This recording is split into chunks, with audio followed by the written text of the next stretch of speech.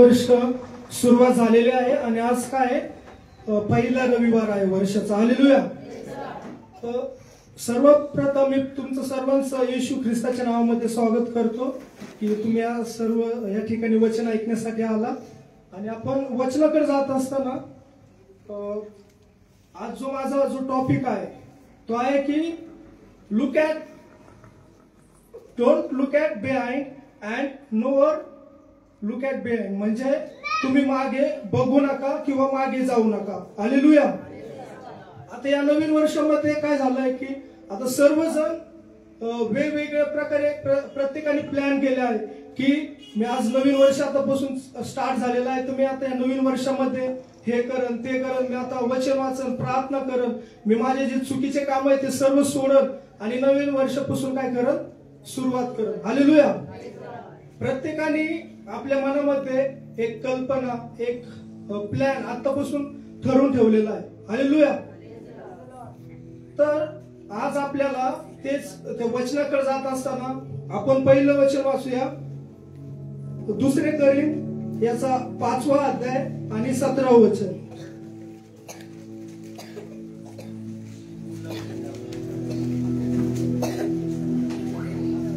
म्हणून जर कोणी ख्रिस्ताच्या ठायी असेल तर तो नवी उत्पत्ती आहे, जुने ते होऊन गेले, पहा ते नवे झाले आहे. हालेलुया.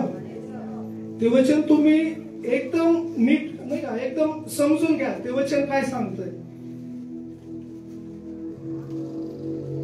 म्हणून जो कोणी ख्रिस्ताच्या ठायी असेल तर तो नवी उत्पत्ती आहे. हालेलुया. या ठिकाणी ते सेंटेन्स काय होतं पूर्ण होतंय. त्याच्यानंतर काय जुने ते होऊन गेले, या ठिकाणी दुसरं सेंटेन्स पूर्ण होतं आणि पहा ते नवे झाले आहे. हालेलुया.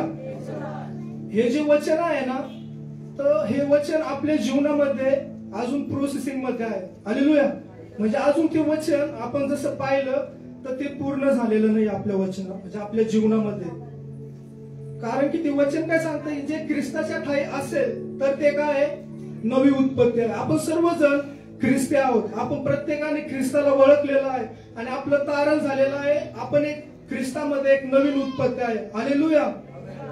पण जे दुसरं वचन जे दुसरं सेंटेन्स ज्या ठिकाणून स्टार्ट होतं जुने ते होऊन गेले, त्या वचनामध्ये जे सेंटेन्स आहे आपण त्या प्रोसेस मध्ये आहे. हालेलुया. कोण कोण मानतं जुने ते होऊन गेले म्हणजे आपण सर्वजण ख्रिस्ती आहोत, आपण सर्वजण नवीन उत्पत्ती आहोत. पण आपल्यामध्ये अजून पण काही गोष्टी अशा रुतलेल्या आहे. हालेलुया. त्या अजून आपल्यातून निघून गेलेल्या नाहीये. आपण ख्रिस्ती झालो आहोत पण आपल्यामध्ये अजून त्या नको असणाऱ्या गोष्टी त्या आहेत. हालेलुया. म्हणून ते वचन ज्या वेळेस आपण वाचतो ते आपल्याला पूर्णपणे असं बघायला भेटतं की ते वाचल्याच्या नंतर की जो ख्रिस्ताच्या ठायी असेल तर तो काय नवी उत्पत्ती आहे. जुने ते होऊन गेले, पहा ते नवीन झाले आहे. आपल्याला आज नवीन पण व्हायचं आहे आणि ज्या जुन्या गोष्टी आपल्यामध्ये आपल्याला वाटतंय की आपण त्या सोडलेल्या नाही अजून किंवा आपल्याला वाटतं आपण विसरलो पण असेल, पण जे पूर्वजांपासून आलेले शाप, जे पूर्वजांपासून आलेले जे घाणेरडे विचार ते आपल्या आतमध्ये अजून सुद्धा रुजलेले आहे. हालेलुया. म्हणून आज आपल्याला त्याच्यातून काय यायचंय बाहेर यायचंय. हालेलुया. तुम्ही तयार आहात का त्या विचारामधून ज्या जुन्या गोष्टी आपल्यामध्ये रुतलेल्या आहेत, ज्या आपल्यामध्ये अजून आहे त्या गोष्टीतून आज बाहेर यायचं आहे. तुम्ही तयार आहात का? चला मग आपण अजून गहराईने म्हणजे अजून आपण खोलवरती आपण वचन बघूया. उत्पत्ती याचा 19वा अध्याय आणि 17 वचन.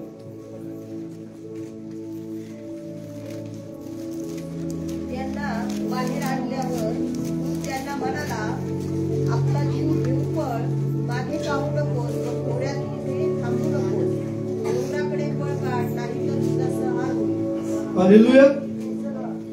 सो माझा पहिला पॉइंट आहे ना, if we look at behind to what will happen.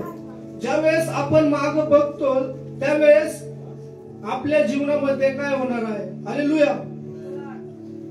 म्हणून जे फर्स्ट वचन आपण वाचलं की आपल्यामध्ये ज्या जुन्या गोष्टी आहेत, हालेलुया, त्या जुन्या गोष्टी ज्यावेळेस आपल्यातून निघून जात्याल त्यावेळेस आपण काय होणार आहे, नवीन होणार आहे.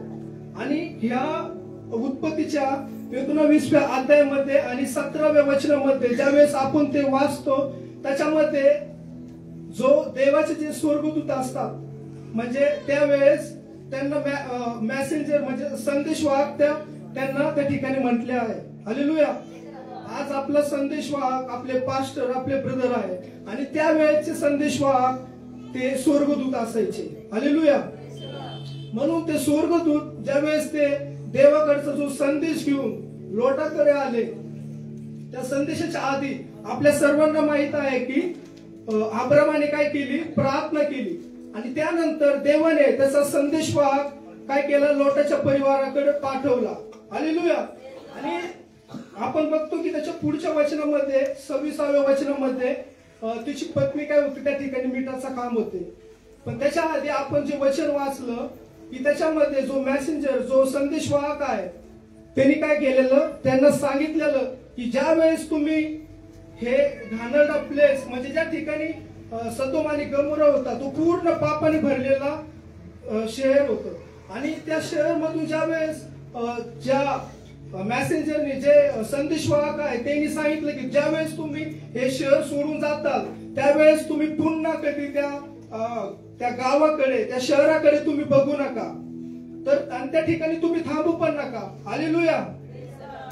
म्हणजे आपल्याला ह्या गोष्टीतून काय शिकायला भेटतं की ज्या वेळेस लोटाची पत्नी ज्या वेळेस ती पुढे चाललेली होती, तिचा पती पुढे चाललेला होता, तिचे 2 मुली पुढे चाललेले होते, पण त्याच्या पत्नीने काय केलं, मागे बघितलं ज्या घाणेरड्या शहराकडे म्हणजे ते पापाने भरलेलं ते शहर होतं ज्या ठिकाणी ती थांबली. हालेलुया. आपण जर तसं पाहिलं तर ती त्या ठिकाणी माग का बघितलं तिने, कारण की ते त्या पापमय शहरामध्ये राहत होते. हालेलुया. आणि आपण जे पहिलं वचन वाचलं करिंथ मधलं त्याच्यामध्ये ज्या जुन्या गोष्टी असतात ज्या आपल्यामध्ये आपल्याला वाटतं की आपण ख्रिस्तामध्ये आहे, आपण सर्वजण नवे झालेलो आहोत, पण आपल्यामध्ये काही गोष्टी असतात की त्या गोष्टीच्या द्वारे आपण काय करतो, पुन्हा त्या गोष्टीकडे जातो, पुन्हा त्या पापाकडे जातो. हालेलुया. आता ज्या वेळेस फेमस ते धार्मिक कुटुंब आहे आपल्या सर्वांना माहिती, त्या जे 2 शहर होते त्याच्यामध्ये तेवढेच एक धार्मिक कुटुंब होतं आणि असं काही नाही की धार्मिक कधी चुकत नाही. हालेलुया. ते प्रार्थना करीत असतील, ते सर्व काही करीत असतील, पण त्यांनी त्या ज्या घाणेरड्या किंवा जे पापमय जे शहर आहे त्याच्यामध्ये ते राहत होते आणि त्यांनी ते पाप सर्व ऐकलेलं होतं. हालेलुया. ज्यावेळेस जे संदेश म्हणजे जे स्वर्गदूत लोटाच्या घरी आले तर ते लोक देखील त्याच्या घरी आले आणि त्याला मागू लागले की आम्हाला हा देऊन टाक. म्हणजे त्यांना माहित होतं, त्यांनी ऐकलेलं होतं आणि आपलं वचन काय सांगतं, ज्यावेळेस प्रभू येशू ख्रिस्त म्हणतो तुम्ही जर तुमच्या मनामध्ये कुठली कल्पना देखील कराल व्यभिचाराची ते तुम्ही काय केलेच जमा. हालेलुया. आणि लोटाच्या पत्नीने देखील ते पाप कधी ऐकलेला असेल, कधी बघितलेला असेल आणि तिच्यामध्ये देखील जे पाप आहे ते रुतलेलं असेल. हालेलुया. ती मस्त एक धार्मिक कुटुंबामध्ये होती, पण ते तिच्या जे आतमध्ये जे नको असणारी गोष्ट आहे ती तिला मागे खेचली. तिने त्या पापाकडे बघितलं आणि त्या ठिकाणी ते एक काय झालेलं आहे, मिठाचा खांब झालेला आहे. माझ्या प्रियानो, मी आज तुम्हाला सांगतो की आज आपण या नवीन वर्षाची सुरुवात करत असताना आपण आज एक नवीन उत्पत्ती आहोत, पण आज आपल्याला हे लक्षामध्ये ठेवायचं आहे की आपण ज्या वेळेस निर्णय घेतलेला आहे तर आपल्याला पुन्हा त्या लोटाच्या बायकोसारखं आज आपल्याला मागे बघायचं नाहीये. हालेलुया.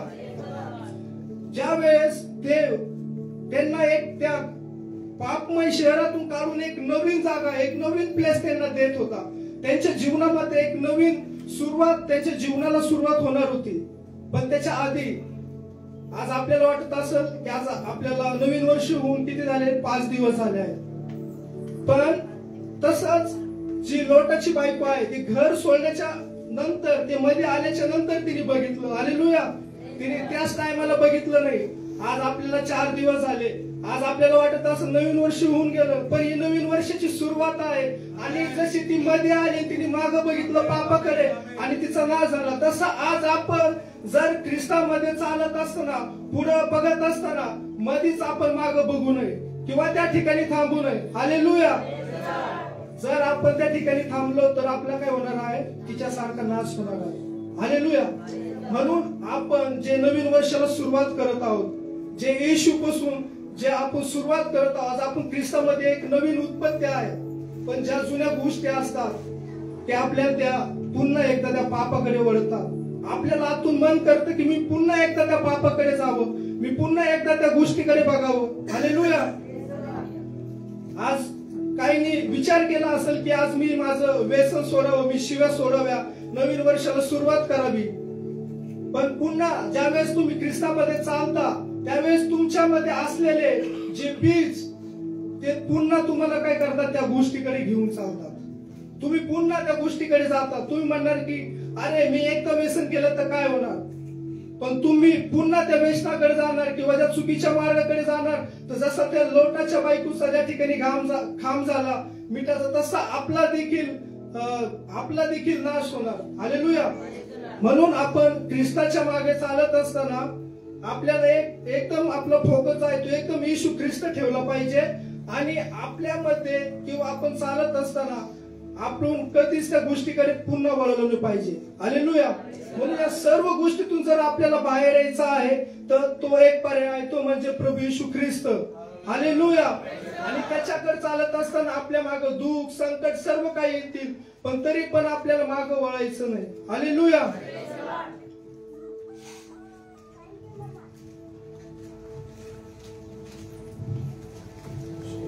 हालेलुया. त्याच्यानंतर माझा दुसरा पॉइंट आहे, when we will listen the word of God and look at front, so what will happen? Hallelujah. चला आपण यशायाचा 43 अध्याय आणि 18 आणि 19 वचन वाचूया. आणि कुणीतरी निर्गमयाचा 14वा अध्याय आणि 21 वचन काढूया. 43 18 19. पूर्वीच्या गोष्टीची आठवण करू नका, जुन्या गोष्टी मनात आणू नका. पहा मी एक नवीन गोष्ट करणार आहे, आत्ताच ती उद्भवत आहे, तुम्ही ती पाहणार नाही काय? मी आरण्यात सडक करीन, मरुभूमीत नद्या वाहतील. हालेलुया. देव या वचनाच्याद्वारे आज आपल्या प्रत्येकाशी बोलत आहे. हालेलुया. मी तुम्हाला पुन्हा एकदा त्या करीनच्या वचनाकडे घेऊन जाणार की त्या ठिकाणी काय सांगितलेलं आहे? जुन्या गोष्टी त्या गेल्या आणि पहा ते नवीन झाले. पण आपल्यामध्ये त्या जुन्या गोष्टी आहेत. आणि या ठिकाणी वचन काय सांगतं की जुन्या गोष्टी तुम्ही काय करू नका, आठवू नका. हालेलुया. आणि जो जिवंत देव आहे त्याची हीच इच्छा आहे की तुम्ही पुन्हा कधीच त्या घाणेरड्या गोष्टीकडे जाऊ नये किंवा तुम्ही त्याचा विचार देखील करू नये. हालेलुया. आणि त्याच्यानंतर जे दुसरं वचन आहे आपण ते वाचूया. 19 वचन यशाचं. पहा मी एक नवीन गोष्ट करणार आहे, आत्ताच ती उद्भवत आहे. आमेन. तुम्ही ती पाहणार नाही काय? हालेलुया. हालेलुया. तुम्ही विश्वास करता का त्या वचनावरती? देव आता सध्या आपण वचन ऐकत असताना तो आपल्यामध्ये काय करत आहे? एक नवीन गोष्ट करत आहे. हालेलुया. जे घाणेरडं बीज होतं तो यावेळेस काढून टाकत आहे. हालेलुया. हालेलुया. आज देव आपल्या जीवनामध्ये एक नवीन सुरुवात करायला जात आहे. God is going to something new. Hallelujah. देव आज आपल्या जीवनामध्ये एक अद्भुत गोष्ट करायला जात आहे.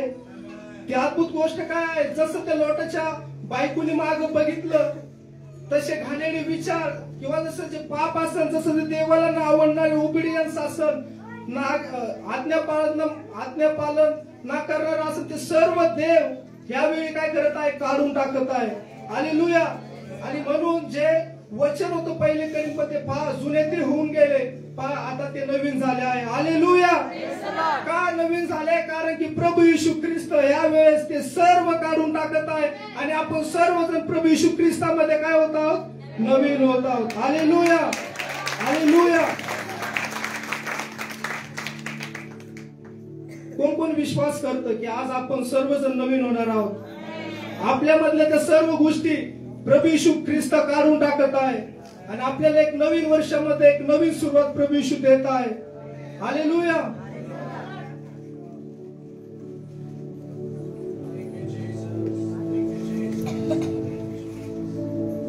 आपण निर्गमनाचा 14वा अध्याय आणि 21 वचन वाचूया.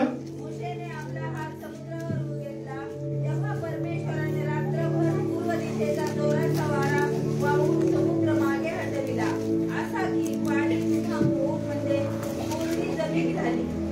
Hallelujah, hallelujah. या ठिकाणी जे देवाने सांगितलं ते कोणी ऐकलं? मोशेने ऐकलं आणि तिने पुढे बघितलं, मागं बघितलं नाही. हालेलुया. लोटाच्या पत्नीने मागं बघितलं आणि तिचा नाश झाला. हालेलुया. मागं बघितलं म्हणजे ती पापाकडे बघत होती म्हणून तिचा नाश झाला. आणि या ठिकाणी मोशे तो पुढे बघत आहे, तो मागं बघत नाही, कारण की त्याला माहित आहे की जिवंत देव या ठिकाणी अद्भुत कार्य केल्याशिवाय राहणार नाही. हालेलुया. त्याला माहित आहे की मी जर मागं बघितलं, जर मी मागं गेलो तर त्या ठिकाणी गुलामगिरी आहे. हालेलुया. आणि गुलामगिरी ही पापाला दर्शविते. हालेलुया. गुलामगिरी कशाला दर्शविते? पापाला दर्शविते. आणि त्याला हे माहित आहे की मी जर मागं गेलो ते सर्व लोक गुलामगिरीमध्ये जातील, म्हणून तिने काय केलं? पुढे बघितलं. हालेलुया. आणि ज्या वेळेस तो पुढे बघत होता तर प्रियानो, पुढे बघणं सुद्धा काय सोपं नाहीये. देवाच्या मागे चालणं देखील सोपं नाहीये. पण एक गोष्ट आहे किती सोपं करते म्हणजे देवावरचा विश्वास. हालेलुया. आणि मोशेच्या हातामध्ये जी काठी होती, देवाने सांगितलं की ती काय कर? समुद्रावरती काय कर? आदर उघड. आणि त्याच्याद्वारे काय झालं? समुद्र दुभागला. हालेलुया. कोण कोण विश्वास करते की तिने खरंच तसं केलं? आणि आज तुम्ही देखील करू शकता. विश्वास आहे का? हालेलुया. त्याच्या हातात फक्त काठी होती. आज आपल्या हातामध्ये काय? वचन आहे. वचन स्वतः कोण आहे? प्रभू येशू ख्रिस्त आहे. आणि फिलिपिकराच्या पत्रामध्ये सांगतं की I can do all things through him who give me strength. म्हणजे मी परमेश्वराच्या ठाई सर्व काही करण्यासाठी काय? शक्तिमान आहे. हालेलुया. आज आपण प्रभू येशू ख्रिस्तामध्ये त्याच्यापेक्षा पण अधिक मोठा चमत्कार करू शकतो, कारण की आपल्या हातामध्ये काठी नाही तर आपल्या हातामध्ये काय आहे? देवाचं वचन आहे. स्वतः प्रभू येशू ख्रिस्त आज आपल्या बरोबर आहे. Hallelujah, hallelujah. म्हणून माझ्या प्रियानो, तुम्ही ज्या वेळेस तुमच्या पुढं जसं समुद्रासारख्या मोठ्या संकट असतील, तुमच्या पुढे खूप असे तुम्हाला रंजित आले असतात, तुम्ही त्या गोष्टी सोडून तुम्ही चालला असाल पण तुम्हाला समजत नसेल की मी मागे गेलो तो पापामध्ये जातोय, जर मी पुढे चालतोय तर मला खूप साऱ्या अडचणी येतात. तुम्हाला असं वाटलं असेल की मी कधी माझा जीव देऊ किंवा मी असं खूप तुम्ही रंजित झाला असेल, पण तुम्ही त्या परिस्थितीमध्ये तुम्ही काय करा? देवाशी प्रार्थना करा आणि त्या संकटामध्ये देव तुमच्यासाठी एक रास्ता बनवल. हालेलुया. जसं तिने इस्रायल लोकांसाठी ते समुद्र दुभागून तिने एक नवीन रस्ता त्या ठिकाणी तयार केला, तसा देव तुमच्यासाठी पण काय करेल? एक रास्ता तयार करेल. हालेलुया. म्हणून पुढे बघा, मागे बघू नका. जर आज तुम्ही या नवीन वर्षामध्ये एक चांगल्या गोष्टीला सुरुवात करत आहे तर पुन्हा त्या गोष्टीकडे जाऊ नका. जे पुढे देवाने तुमच्यासाठी एक चांगले विचार, चांगली कल्पना, एक चांगले प्लॅन तुमच्यासाठी जर ठेवलेले आहे तर त्या प्लॅन कडे लक्ष द्या, त्या विजन कडे तुम्ही लक्ष द्या. Hallelujah, hallelujah. आणि आपल्याला हे समजून घ्यायचं आहे की जे देव जे माझा तिसरा पॉइंट आहे, God save us and give us new life. म्हणजे ज्या वेळेस देव आपल्याला वाचवतो त्यावेळेस काय करतो? आपल्याला एक नवीन जीवन देतो. हालेलुया. तो आपल्याला नवीन जीवन का देतो? हालेलुया. कोणी सांगू शकेल का? तो आपल्याला नवीन जीवन का देतो? कारण की त्याच्याकडे काय? आपल्यासाठी एक सुंदर योजना आहे. हालेलुया. आणि तिची योजना काय आहे की या भूतलावरती कुठल्याही मनुष्याचा नाश होऊ नये, तर प्रत्येकाला काय? सार्वकालिक जीवन प्राप्त व्हावे. हालेलुया. त्यासाठी तो त्याचा प्रभू येशू ख्रिस्त जो देवाचा पुत्र तो या भूतलावरती आला, तिने आपल्यासाठी जीव दिला, आपल्यासाठी प्राण दिला. का? तर आपल्याला सार्वकालिक जीवन प्राप्त व्हावे. हालेलुया. तर देवाची योजना काय आहे? जर आपण यिर्मयाचा 29 अध्याय आणि 11 वचन वाचलं त्याच्यात आपल्याला देवाची योजना समजते आणि देवाची योजना आपल्याला त्या ठिकाणी समजते आणि आपल्याला ती बघायला कुठे भेटते तर नवीन करारामध्ये योहान 3:16 मध्ये की देवाची योजना आहे की कोणत्याही मनुष्याचा नाश होऊ नये. हालेलुया. म्हणून आपण जर सुरुवातीला बघितलं तर लोट तिची पत्नी तिने काय बघितलं, मागं बघितलं तिचा नाश झाला पण तिचा नवरा तिची मुलं वाचले. हालेलुया. देवाची योजना तेव्हा पण होती कोणाचा नाश होऊ नये. त्याच्यानंतर आपण मोशेच्या काळामध्ये आलो. मोशेला देखील देवाने पुढे बघण्यासाठी पुढे जाण्यासाठी जे त्यांना देवाने प्रॉमिस केला होता अब्रामाला इसाकाला की मी तुम्हाला कनान देश देत आहे, एक चांगली योजना देवाकडे त्या लोकांसाठी होती. हालेलुया. आणि त्यावेळेस सुद्धा देवाची हीच योजना होती की त्या लोकांचा देखील काय व्हावा, बचाव व्हावा, त्या गुलामगिरीतून ते बाहेर यावे. आणि आज देखील देवाची हीच योजना आहे की पूर्ण जगाचं काय व्हावं, तारण व्हावं. पूर्ण जगाचं कुठल्याही मनुष्याचा नाश होऊ नये तर त्याला काय व्हावं, सार्वकालिक जीवन प्राप्त व्हावे. हालेलुया.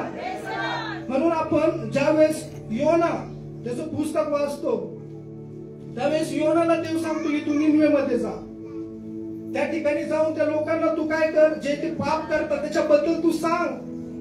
आणि त्या ठिकाणी योना जातो. त्याच्या अगोदर योना पळून जातो तार्शिसला पण देव त्याला त्या ठिकाणी घेऊन जातो. त्या ठिकाणी योना त्या ठिकाणी जातो ते महत्वाचं नाही पण त्या ठिकाणी हे महत्वाचं आहे की देवाला त्या लोकांना वाचवायचं आहे. हालेलुया. त्या ठिकाणी योना महत्वाचं नाही, त्या ठिकाणी ते लोक महत्वाचे आहे देवासाठी. म्हणून योना म्हणतो की मला माहित आहे की तुझ्या क्रोधापेक्षा पण तुझी प्रीती काय अधिक आहे. म्हणून ती प्रीती आपल्याला योन स्वामध्ये बघायला भेटते. देवाने पूर्ण जगावरती काय केलं, प्रेम केलं, प्रीती केली आणि तीच प्रीती योना त्या ठिकाणी देखील सांगतो. हालेलुया. माझ्या प्रियानो, मी आज तुम्हाला हे सांगतो की आपला देव खूप प्रेमळ आहे आणि तिची इच्छा हीच आहे की कोणाचाही नाश होऊ नये तर प्रत्येकाला काय व्हावं, सार्वकालिक जीवन प्राप्त व्हावे. हालेलुया. जसं लोटासाठी त्याच्या परिवारासाठी अब्रामाने प्रार्थना केली. हालेलुया. त्यांना बाहेर येण्यासाठी त्या घाणेरड्या शहरातून, त्या पापमय शहरातून. जर आपण इकडे थोडस पुढे येतो तर त्या ठिकाणी मोशे त्या लोकांना बाहेर काढतो. त्या ठिकाणी मोशे त्या लोकांसाठी उभा राहतो. मोशे देवाकडे त्या लोकांसाठी प्रार्थना करतो त्या लोकांना बाहेर आणण्यासाठी. हालेलुया. आज आपण या जगामध्ये राहत असताना आज आपलं हेच कर्तव्य आहे की आपण या जगासाठी, आपल्या राष्ट्रासाठी, आपल्या गावासाठी, आपल्या गल्लीसाठी आपण काय करावी, प्रार्थना करावी. हालेलुया.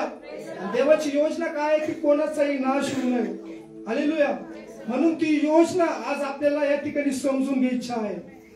आणि आपण बघितलं की ज्या जुन्या गोष्टी होत्या देव त्या काय करत आहे, त्या सर्व काढून टाकलेल्या आहेत.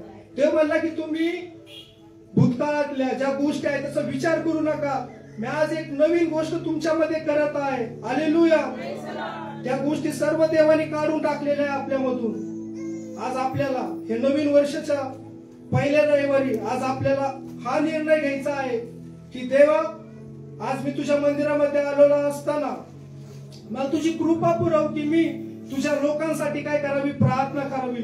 जसं मला तू त्या पापमय जीवनातून काढलं, बाहेर आणलं, माझा जीव वाचवला, तसा प्रत्येकाचा जीव वाचावा त्यासाठी मला तुझी कृपा कर आणि मी काय करावी, प्रत्येकासाठी प्रार्थना करावी. हालेलुया. आज तुम्ही तयार आहात का? आज तुम्ही लोकांसाठी प्रार्थना करणार का? हालेलुया. का करणार? कारण की देवाने आपल्यावरती काय केलेली, प्रीती केलेली आहे. तिची योजना आपल्याला समजलेली आहे. त्याच्याकडे एक चांगले प्लॅन आहे आपल्यासाठी. हालेलुया. जसं त्या इस्रायल लोकांसाठी देवाकडे एक चांगलं शहर होतं. हालेलुया. एकदम आशीर्वादित शहर ते कनान शहर देव त्या इस्रायल लोकांना द्यायला जात होता. हालेलुया. आपल्यासाठी एक शहर आहे. हालेलुया. हालेलुया. ते स्वर्गामध्ये आहे. हालेलुया. आणि देव आपल्याला ते द्यायला जात आहे. त्याच्या आधी आपल्याला काय व्हायचं, आपल्याला तयार व्हायचंय. म्हणून देवाची इच्छा समजून घ्या की कोणाचा नाश होऊ नये तर प्रत्येकाला सार्वकालिक जीवन प्राप्त व्हावे. म्हणजे त्या ठिकाणी आपले सर्व लोक असावे, आपला पूर्ण देश असावा, आपलं पूर्ण जग त्या ठिकाणी स्वर्गामध्ये आनंद करत असावं. हालेलुया. म्हणून आज या वचनातून आपल्याला हे शिकायचं आहे की मागं बघू नका. जर आज आपण नवीन वर्षाला सुरुवात केलेली आहे, मागं बघू नका, त्या ठिकाणी थांबू नका. जी देवाची योजना आपल्या जीवनामध्ये आहे ते आपण पुढे चालावं. पुढे चालत असताना किती जरी संकट आले, ते संकटामधून रास्ता, एक नवीन रास्ता तयार करणारा आपला जिवंत देव आहे. ते समजून घ्या, तिची योजना समजून घ्या. हालेलुया. देव आपल्या वचनाच्या द्वारे आपल्या प्रत्येकाला आशीर्वादित करू.